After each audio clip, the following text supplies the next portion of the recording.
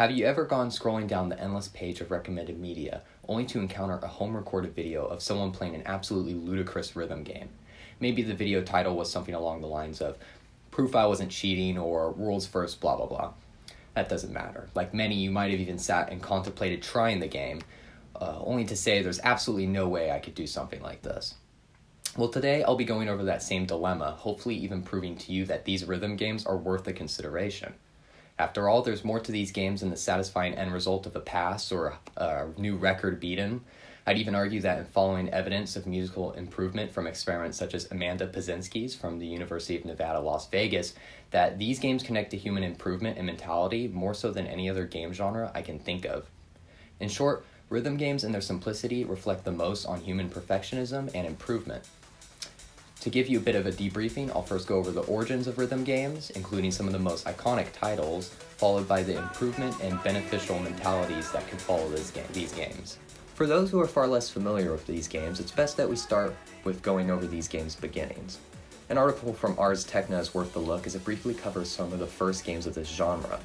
On March 3rd, 2009, Andrew Webster would first write on the game Dance Aerobics, though what would follow would be massive for the beginnings of this genre. Parappa the Rapper.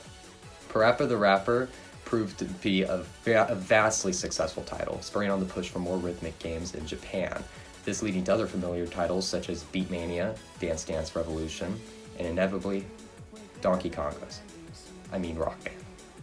Of course, this roster had become infinitely larger with mobile devices expanding access to games with simplistic control schemes such as these. I don't tend to play mobile rhythm games, but here I am playing some examples. Each game has their own unique mechanic.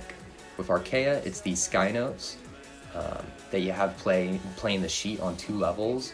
With this open source Cytus knockoff, Cytoid uses a rising and falling indicator for pressing various notes on the screen. This one can really mess with my head. Once you really get into these rhythm games though, there's likely a question that'll sit in your head for a bit. What would it take to get insanely good at this game? The staple recommendation of most, if not all, in rhythm game communities is play more. Not so charming, is it? Everyone wants to impress their friends, everyone wants to impress the internet. There's gotta be a faster way. No, there's really no faster way, though there are ways in which you can use this play more statement that yield results. You could play more differently. That grammatically hurts my brain.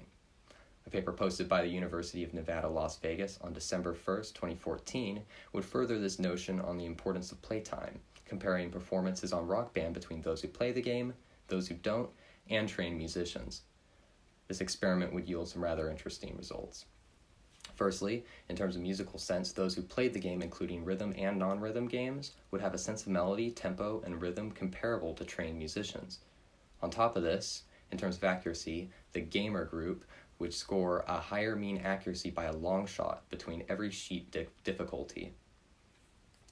At the end of the day, rhythm games are much different from playing a physical instrument. It was apparent from the start that those who play Rock Band would do better than those who don't. Even better than those who play physical instruments. Though, with that said, this still highlights the importance of playtime. Rhythm games operate much more on reaction time, reflexes, and visual reading of the sheets to perform well on. The only way to train your brain to better expect that being further exposure to the game you're trying to perfect. Remember that play more differently thing I mentioned earlier?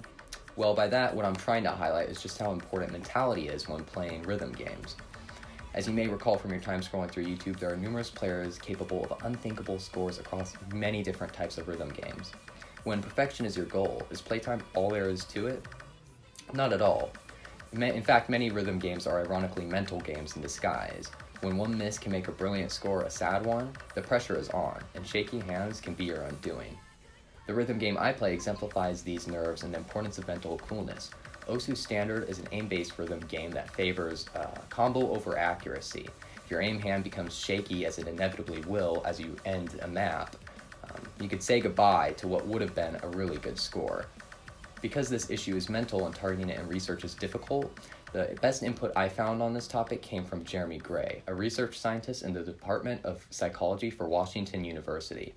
On March 19, 2002, Gray would make the claim off his research that to have the best mental performance and the most efficient pattern of brain activity, you need a match between the type of mood you are in and the type of task you are doing.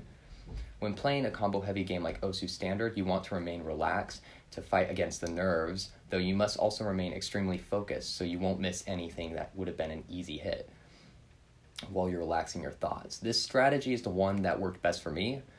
I'd find the small mistakes I'd overlooked began to disappear, and the overwhelming patterns that I previously couldn't hit became more digestible with my thoughts relaxed. Although, as expected, this works for me, not everyone. And part of the fun in rhythm games is finding new ways to mentally and physically evolve your playstyle and improve yourself over time in your own ways. And with that, it's about due time that I close things off. With that, we've covered the origin of rhythm games alongside the physical and mental steps for improvement in rhythmic games. Rhythm games have been around for a while, and though you may have seen some of the top players in each respective game post some crazy plays, don't forget that the advice here doesn't end at video games.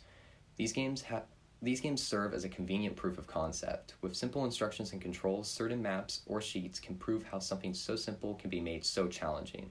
How something as simple as hitting keys to the beat can make a statement on how we as humans become efficient in other tasks. With more and more time spent working or invested in a hobby, the only real limiter to your skill potential remains the additional time that you could put into learning more.